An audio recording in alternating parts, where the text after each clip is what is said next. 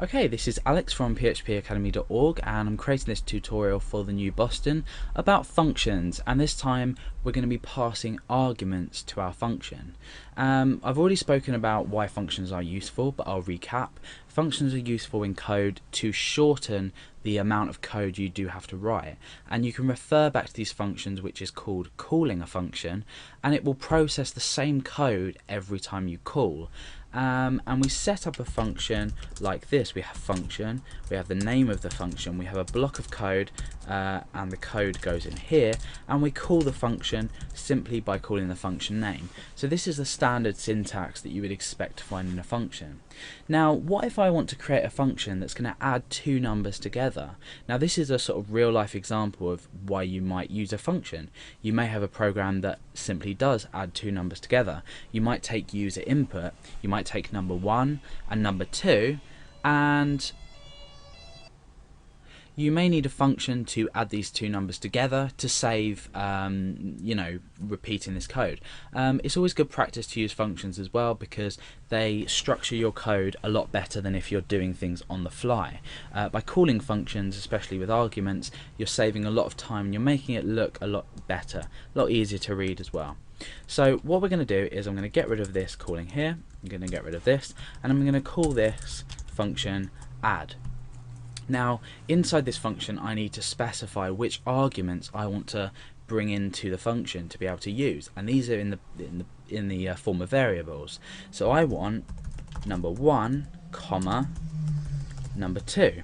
So I'm feeding in two different numbers. Now I haven't specified the variable type. I haven't specified if these are numbers or string. It doesn't actually matter. That depends on how you deal with everything inside your function here.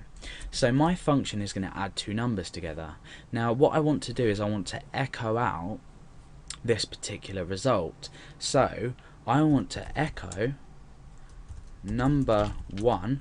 Now this is in reference to this.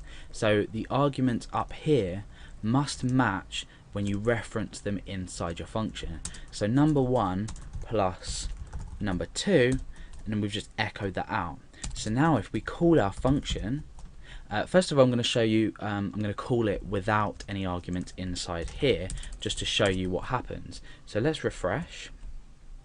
Now you can see that we've got a warning come up, which is missing argument for 1, or missing argument 1 for add. So it's telling us the first argument is missing for this named function, and it tells us where it's been called, and it also tells us where our function has been declared.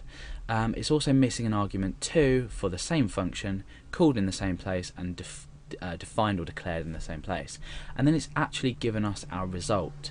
So we obviously want to now include some numbers. So what I'm going to do is up here I'm going to say number, or I number 1 equals 10. I just for me stands for input, so, and I'm going to say I number 2 equals 5.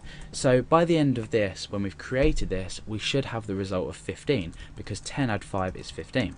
So we're going to add these two numbers together. So when we call our function down here, we want to specify these two variables. Now these two variables will then be passed through. I number 1 will be passed through to number 1, and I number 2, I number 1 and I number 2 can be called absolutely anything. You could call it sort of num1, n1, anything you wanted, but I'm just using these so we can keep an eye on it. So I number 1 comma I number 2. That's all the arguments that we need to pass. So these two variables here are going to be interpreted here, and then they're going to be processed here, and we're just echoing out the result of this. So now let's refresh and see what we get. We get the result of 15. So let's change these variables around a bit. We'll say 22 add 8, this should equal 30. So let's refresh and see if everything works. That's fine. Okay, so now what do we want to do if we're wanting to pass, let's say, a number and a string? So let's create another function. Let's delete everything and start again. I'm going to create a new function called display date. Okay, and what this is going to do is it's going to feed in the day, the date, and the year. Okay, so the first thing we want to do is echo day, and we want to append a space. Then we want to append date, append another space, and append year. So obviously our day here is going to be in string format because it will be either Monday, Tuesday, Wednesday, all the way up to Sunday. Date is going to be an integer, and year is going to be an integer. So what do we need to do to be able to say, well, we need to read in a string and we need to read in two integers? Well, the answer is we need to do absolutely nothing.